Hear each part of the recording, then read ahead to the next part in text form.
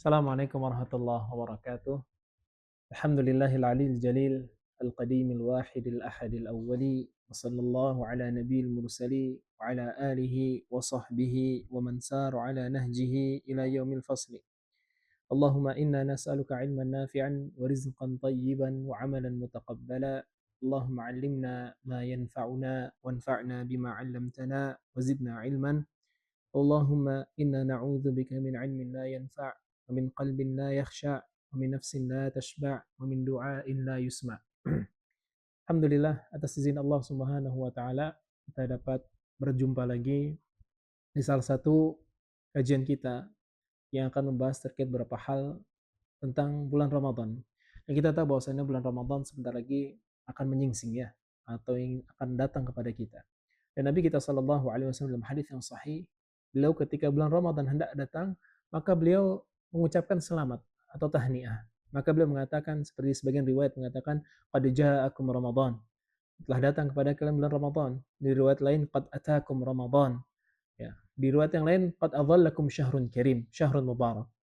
Intinya semua maknanya sama, di mana Nabi SAW itu mengucapkan selamat dengan kedatangannya bulan Ramadan. Dan ini disebutkan oleh para ulama merupakan faidah bahwasanya seorang muslim boleh mengucapkan selamat dengan kedatangan bulan Ramadan. Nah, para ulama juga menyebutkan bahwasanya beliau SAW menyebutkan hadis ini sebelum bulan Ramadan atau di bulan Sya'ban. Nah, terkait bulan Ramadan, tentu kita ketika menyambut kedatangan sebuah bulan yang mulia, kita itu perlu untuk menyiapkan diri kita. Dengan tentu belajar terkait masalah yang akan kita dapati. Seperti bulan Ramadan, maka kita wajib untuk mempelajari tentang bulan Ramadan. Baik bulan Ramadannya maupun puasa yang ada di dalamnya. Karena dalam bulan Ramadan tentu yang kita lakukan adalah puasa. Itu yang paling utama. Makanya para ulama juga menyebutkan bahwasanya ibadah paling utama yang dilakukan di bulan Ramadan adalah puasa. Karena dia merupakan rukun Islam yang keempat. Ya, Islam yang keempat. Demikian juga kebanyakan kaum muslimin sayangnya ketika bulan Ramadan akan datang menyingsing mereka, maka mereka santai-santai. Gak ada persiapan sama sekali untuk menyambut kedatangan bulan Ramadan. Sehingga ya bulan Ramadan datang ya seperti pada bulan-bulan yang lainnya saja. Cuman yang berbeda nanti kondisi mereka, mereka berpuasa. Sehingga makanya kita gak heran ya ketika mendapati banyak dari kaum muslimin ketika keluar di bulan Ramadan gak ada bedanya dia sama bulan-bulan yang lainnya. Padahal aslinya bulan Ramadan itu harusnya menjadi momen di mana kita memperbaiki diri kita. Harusnya itu jadi momen kita memperbaiki diri kita.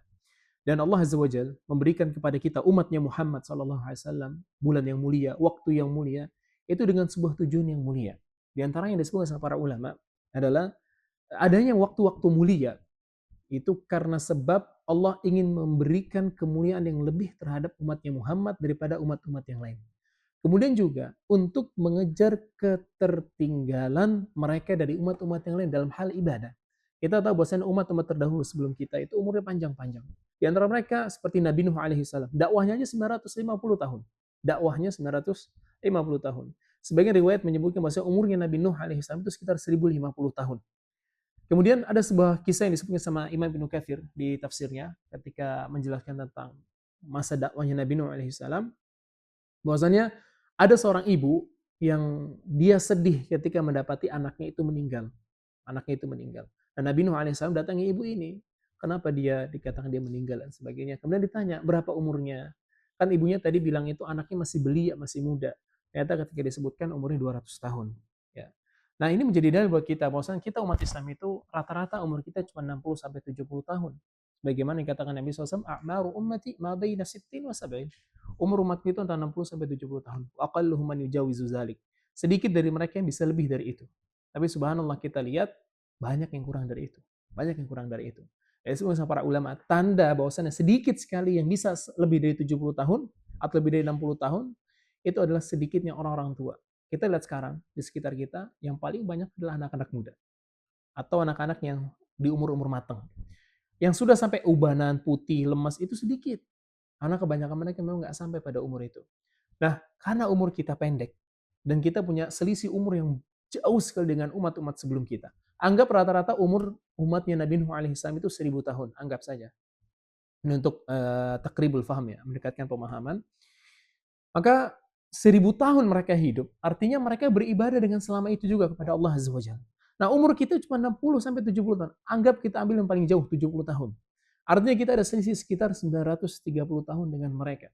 Pertanyaan terbesar buat kita adalah bagaimana kita mengejar ketertinggalan ibadah kita dengan mereka. Gimana caranya? Salah satu caranya adalah Allah memberikan kepada kita karunia-karunia-Nya dengan adanya momen-momen di mana sebuah amal ibadah itu dilipat gandakan sama Allah Azza wa Jalla.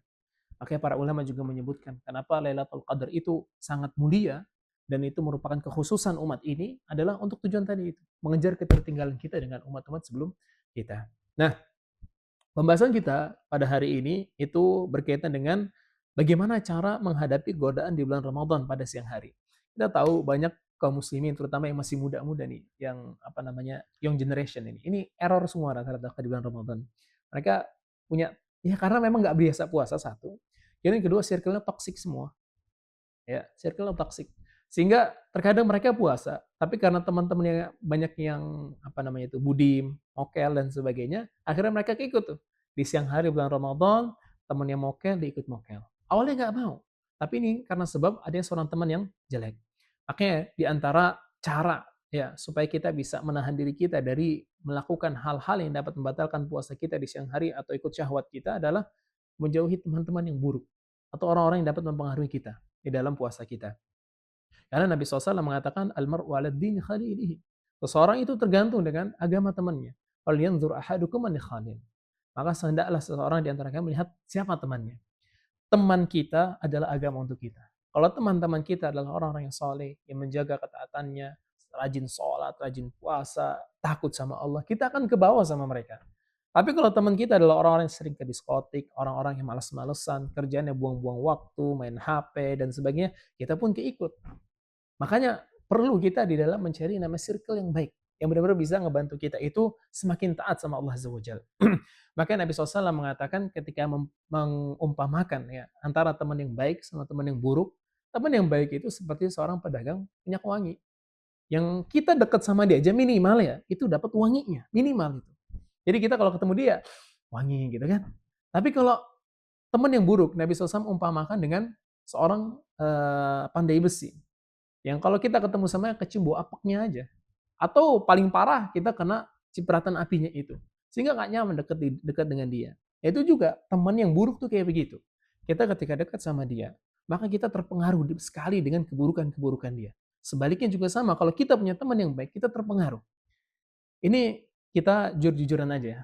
Kalau kita punya teman-teman yang baik, mereka ini misalkan orang-orang yang rajin menjaga sholat mereka ketika sholat 5 waktu, rajin di masjid. Itu ketika kita lagi nongkrong sama mereka, ya kan, kongkow, hangout, dan sebagainya, maka ketika waktu azan tiba, pasti mereka menjadi orang-orang pertama yang akan ngajak kita untuk sholat. Bro, ayo sholat, udah azan. Itu lihat, temen yang baik. Dan kita nggak mungkin nolak, nggak mungkin. Karena malu sama temen juga. Tapi subhanallah, ini hal yang baik gitu. Sehingga kita akhirnya terpincut untuk ikut sama mereka untuk melakukan amal ibadah. Tapi sebaliknya, kalau kita punya teman-teman yang sedikit toxic ya dalam sisi agamanya, maka kemungkinan besar kita ikut juga sama mereka. Adzan sudah dikumandangkan, iqamat juga sudah. Imam sampai assalamualaikum, assalamualaikum masih aja diem di situ. Bahkan mungkin sampai azan subuh juga masih di kafenya, nggak kemana-mana. Tapi itu pengaruh dari sebuah teman, dari seorang teman itu pengaruh. Makanya supaya kita nggak gampang terpengaruh dengan syahwat atau hal-hal yang dapat membatalkan kita di siang hari, jauhi teman-teman yang buruk. Kebanyakan orang buka puasa di siang hari itu karena sebab teman-temannya, jarang karena dia sendiri. Subhanallah, orang-orang yang berpuasa itu ya, kata para ulama, puasa itu la riya fihi, gak ada riaknya. Kenapa? Orang puasa itu benar-benar antara dia sama Allah. Orang ketika puasa, dia itu bakal menjaga sekali niatnya, bahkan menjaga dirinya. Dia nggak akan bermudah-mudah melakukan suatu hal yang dilarang sama syariat. Dan itu bisa kita rasakan. Ketika kita puasa, kita itu lebih menjaga diri. Amal ibadah yang sebelumnya nggak pernah kita lakukan, mungkin kita lakukan. Mata yang biasa kemana-mana, ketika kita puasa lebih terjaga. Telinga yang biasa dengar suatu hal-hal yang nggak bermanfaat, tiba-tiba terjaga. Mulut juga sama, bahkan hati juga sama. Betapa banyak kita lihat orang-orang yang sedang puasa. Tadinya misalnya dia orang-orang yang temperamen, gampang marah. Ketika puasa, dia jadi orang yang paling adem. Karena dia harus nahan. Kalau dia nggak kayak gitu, puasa dia pahalanya hilang atau bisa menyebabkan menjadi batal. Karena sebab marah-marahnya dia dan sebagainya. Makanya untuk menghindari godaan itu diantaranya adalah mencari teman yang baik. baik teman, keluarga juga sama. Atau kalau bila perlu kita menjadi orang terdepan yang menyuruh untuk itu semua, untuk tetap istiqomah di atas puasa. Karena memang tentu orang yang jarang puasa itu ketika menghadapi bulan Ramadan itu akan agak kesulitan, apalagi di awal-awal. Biasanya nanti ada yang sering tiba-tiba minum, ada yang tiba-tiba beli gorengan di siang hari, ada yang tiba-tiba makan nasi, dan sebagainya. Artinya pembatal-pembatal puasa tiba-tiba dilakuin sama dia, tanpa di bawah alam sadarnya, di bawah alam sadarnya. Karena memang nggak terbiasa. Makanya para ulama juga menyebutkan apa namanya, supaya kita terbiasa di bulan Ramadan, artinya nggak shock gitu ya. Karena sebenarnya iman kita, tubuh kita itu juga butuh untuk di-stretching dulu sebelum akhirnya ibadah dengan rentan waktu yang panjang. Makanya para ulama juga menyebutkan bulan Sya'ban itu harusnya bulan dijadikan momen stretching ya. Momen stretching di mana kita mempersiapkan diri kita untuk beribadah nanti bulan Ramadan. Makanya Nabi SAW di bulan Sya'ban itu banyak sekali berpuasa. Karena sebab untuk mempersiapkan diri beliau sebelum mendapati bulan Ramadan, di mana puasa full 30 hari. Di dalam hadis Nabi SAW itu berpuasa di bulan Sya'ban itu hampir semuanya, hampir semuanya. Artinya kebanyakan hari beliau di bulan puasa, di bulan Sya'ban dipakai untuk puasa. Sehingga ketika masuk bulan Ramadan, beliau udah siap. Sehingga ya biasa aja. Yang kita ngerasain ya kalau kita lagi puasa, hari ini puasa nih, besok enggak misalkan. Maka hari esok ini akan keikut sama hari yang kemarin. Misalkan pagi kan kita sahur ya, besoknya tuh kemungkinan besar kita bangun sahur juga tuh. Kemudian nanti di pagi harinya kita nggak makan, karena ngerasanya kita masih puasa. Nah itu kebawa terus deh, makanya puasa itu sangat baik. Puasa itu sangat baik. Nah itu salah satu cara untuk menghindari godaan dari apa namanya godaan di bulan Ramadan lah ya. Yang kedua adalah tentu dengan mengetahui hal-hal yang dapat membatalkan puasa.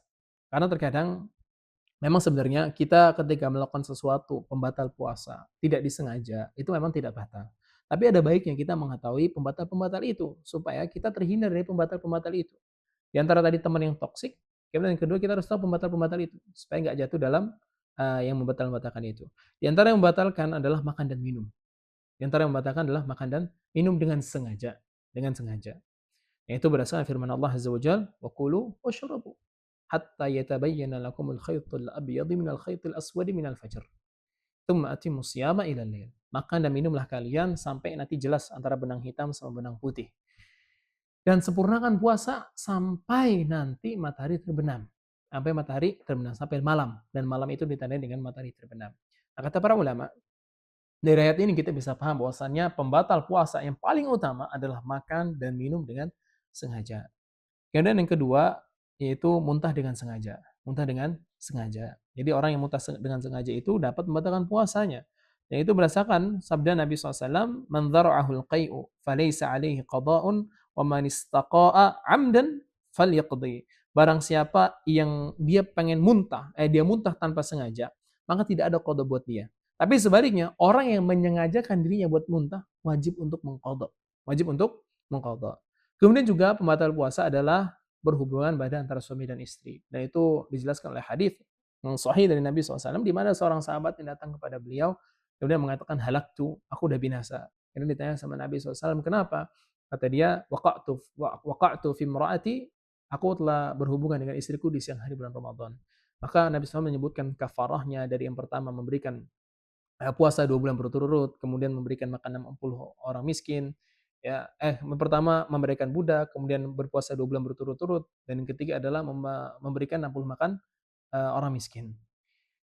Kemudian yang keempat adalah haid dan nifas. Jadi seorang wanita yang haid atau nifas di siang hari bulan Ramadan, maka dia wajib untuk mengqadha dan puasanya otomatis batal. Puasanya otomatis batal. Kemudian juga yang sering mungkin ditanyakan oleh para pemuda itu adalah keluarnya air mani di siang hari karena mimpi basah. Maka keluarnya air mani ketika mimpi basah tidak membatalkan puasa. Karena syaratnya membatalkan keluarnya air mani yang membatalkan adalah dengan syahwat, dengan syahwat. Sedangkan ketika kita tidur nggak ada syahwat. Nah itu semua berjalan dengan mimpi, ya dengan mimpi. Sehingga mimpi basah itu tidak membatalkan puasa. Itu yang kedua. Jadi kita tahu harus pembatal-pembatal puasa. Yang ketiga, kita yakini bahwasannya ketika kita sedang berpuasa, itu urusan kita sama Allah Azza wa Jalla. Kita urusan sama Allah Azza wa Jalla. Bahkan subhanallah, ada sebuah hadis yang disebutkan oleh Nabi SAW yang menjelaskan kepada kita betapa mengerikannya orang yang membatalkan puasa sebelum waktunya. Sebelum waktunya. Di dalam sebuah hadis yang diriwayatkan oleh Imam An-Nasa'i dalam Sunan yang Kubra, Nabi SAW pernah bercerita, beliau diajak dalam mimpi, beliau diajak oleh dua malaikat ke sebuah tempat, ya, ke sebuah tempat di mana di situ tempat itu memiliki tempat yang cukup curam untuk dinaiki. Kemudian Nabi SAW disuruh untuk naik, maka beliau mengatakan saya nggak bisa naik. Akhirnya dibuat beliau akhirnya bisa naik. Ketika sampai di atas, beliau mendengar suara longlongan. Suara longlongan itu suara seperti suara anjing ya, guguk. Tapi ini adalah suara longlongan manusia. Maka Nabi SAW bertanya siapa mereka dan tidak dijawab. Sampai akhirnya beliau dibawa ke sebuah tempat di mana tempat itu seperti apa namanya terbuka gitu ya. Ternyata di dalam situ beliau melihat orang-orang yang sedang disiksa. Mereka itu digantungkan dengan tumit mereka kebalik, kemudian mulut mereka robek sampai rahangnya. Dan dari rahang mereka keluarlah darah. Ketika di ujung dari kejadian ini, Nabi SAW dijelaskan siapa mereka orang-orang yang diazab dengan cara seperti tadi. Dia dicantolin dengan sebuah kail kebalik ya, di bawah tumitnya, di tumitnya, kemudian mulut rahang mereka robek. Maka para malaikat mengatakan mereka adalah orang-orang yang berbuka puasa sebelum waktunya. Sebelum waktunya. Jadi jangan dikira orang yang buka puasa sebelum waktunya, Allah lalai dari itu semua. Jangan dikira. Allah tahu, Allah Maha tahu. Allah alimum bidzatis sudur. Allah tahu segala sesuatu yang dalam hati kita. Bahkan salah satu konsekuensi dari nama Allah Azza wa Jalla Al-Alim Al-Khabir. Al-Alim, Allah Azza wa Jalla adalah zat yang Maha mengetahui sesuatu yang telah berlalu, sedang terjadi, akan terjadi, dan sesuatu yang belum terjadi kalau terjadi. Tapi Allah punya nama Al-Khabir. Allah Al-Khabir itulah artinya Allah yang Maha mengetahui segala sesuatu secara mendetail. Sehingga kita kalau mokel, budim, tanpa dilihat semua orang, Allah Azza wa Jalla lihat. Allah Azza wa Jalla lihat. Mau dimanapun kita. Mau dimanapun kita, Allah Azza wa Jalla lihat. Dan Allah akan catat itu. Dan Allah akan pertanggungjawabkan itu. Sehingga buat teman-teman sekalian yang mungkin dulu masa jahiliyahnya, pernah mokel, pernah budim, segera diqadha puasanya. Dan tidak ada fidyah. Dan tidak ada fidyah. Orang yang membatalkan puasanya dengan makan sengaja dan sebagainya, tidak ada fidyah atau kafarah. Khusus kafarah itu hanya untuk orang-orang yang berhubungan badan di siang hari bulan Ramadan. Adapun sisanya tidak ada. Kewajiban mereka hanya qadha. Kewajiban mereka hanya qadha. Sehingga perlu kita menanamkan dalam diri kita juga dari sekarang, bahwasanya Allah Azza wa Jalla itu selalu melihat kita. Allah selalu melihat kita. Dimanapun kita berada. Bahkan subhanallah, tahu kejadian di surat Al-Mujadilah, asbabun nuzulnya, itu seorang wanita datang kepada Nabi SAW, bercurhat tentang suaminya. Curhat tentang suaminya. Dan kata Aisyah radhiyallahu anha yang menceritakan kisah ini, Aisyah itu di kamarnya, Nabi SAW dan wanita itu di ruang tamu. Wanita ini mengeluhkan kondisi suami yang mana melakukan zihar dia. Jadi dikatakan, kamu ini seperti punggung ibu saya. Kemudian kata Aisyah, perempuan ini ngomong sama Nabi SAW itu berbisik-bisik. Aku yang di belakang tembok aja nggak bisa dengar apa yang dibicarakan sama mereka. Tapi Allah Azza wa Jalla mengatakan apa di awal surat Al-Mujadilah, qad sami'a Allahu qawlan lati tujadiluka fi zawjiha. Allah sudah mendengar ucapan seorang wanita yang mengeluhkan kepada kamu tentang suaminya. Dan Allah Azza wa Jalla ada di mana? Di atas arsy-Nya. Jauh sekali dari kita. Tapi Allah mendengar hal itu. Karena Allah As-Sami', Allah itu Maha mendengar. Mau sesembunyi apapun sebuah suara, atau mau sesembunyi apapun sebuah perbuatan, si Allah Azza wa Jalla tahu. Dan kita jangan gampang-gampang untuk berbuka puasa di bulan di siang hari bulan Ramadan, karena ancamannya berat dan termasuk dosa besar yang perlu untuk bertaubat. Sehingga sebatas qadha tidak menghilangkan dosanya. Kita perlu bertaubat kepada Allah Azza wa Jalla dari melakukan hal-hal itu. Ya, jadi itu mungkin 3 cara ya agar kita bisa menjaga diri kita dari godaan syahwat. Tentu sebenarnya puasa itu secara hukum asal adalah junnah, tameng dari syahwat. Nah, itu berdasarkan sabda Nabi SAW dalam hadis yang sahih diriwayatkan Abu Hurairah, diriwayatkan oleh Imam Bukhari dan Muslim muttafaqun alaih. Nabi SAW mengatakan, ya ma'syar syabab, man istata'a minkumul ba'ah falyatazawwaj. Hai para pemuda yang di antara kalian yang sudah siap untuk menikah, maka menikah. Fa in lam yastati' fa innahu aghaddu lil basar wa ahsanu lil farj. Karena namanya puasa itu lebih menundukkan pandangan dan lebih menjaga kemaluan. Fa in lam yastati' fa alaihi bis-shaum fa innahu lahu wija. Dan kalau orang nggak mampu untuk menikah, maka hendaklah berpuasa. Karena puasa itu ada wija, yaitu tameng buat dia dari namanya hawa nafsu. Ada riwayat yang lain disebutkan maksudnya as-shaumu junnah. Puasa itu adalah tameng dari hawa nafsu. Namun tentu saja setan itu bukan cuma dari kalangan jin saja, ada setan-setan dari kalangan manusia. Maka kita berlindung kepada Allah Azza wa Jalla adalah eh, min syarril waswasil khannath alladzi yuwaswisu sudurin nas minal jinnati wan nas. Berlindung dari setan dari kalangan jin dan manusia. Dan di bulan Ramadan memang betul Nabi SAW mengatakan wasufidatis syayatin. Di bulan Ramadan setan-setan dibelenggu. Para ulama berbeda tafsir ya tentang syarahnya, tentang hadis ini. Apakah semua setan begitu saja atau setan tertentu? Maka para ulama menyebutkan bahwasannya yang dibelenggu adalah setan-setan yang besar, jenderal-jenderalnya, komandan-komandannya. Namun yang kerocok-kerocoknya masih banyak, apalagi dari kalangan manusia. Dari kalangan manusia juga banyak tuh setan-setan yang mengajak kita untuk mokel, budim, dan sebagainya. Maka jauhilah ya orang-orang kayak gitu, setan-setan itu dijauhi. Jaga diri kita, dan semoga Allah Azza wa Jalla berikan kita taufik untuk bisa istiqomah dalam melaksanakan puasa ini, dan semoga Allah Azza wa Jalla menerima puasa kita selama kita bulan Ramadan, dan menjadikan ini adalah momen di mana kita memperbaiki diri kita. Demikian yang bisa Anda sampaikan, semoga sedikit bermanfaat. Wassallallahu ala nabiyina Muhammadin wa ala alihi wa sahbihi wa sallam. Akhiru da'wana alhamdulillahi rabbil alamin.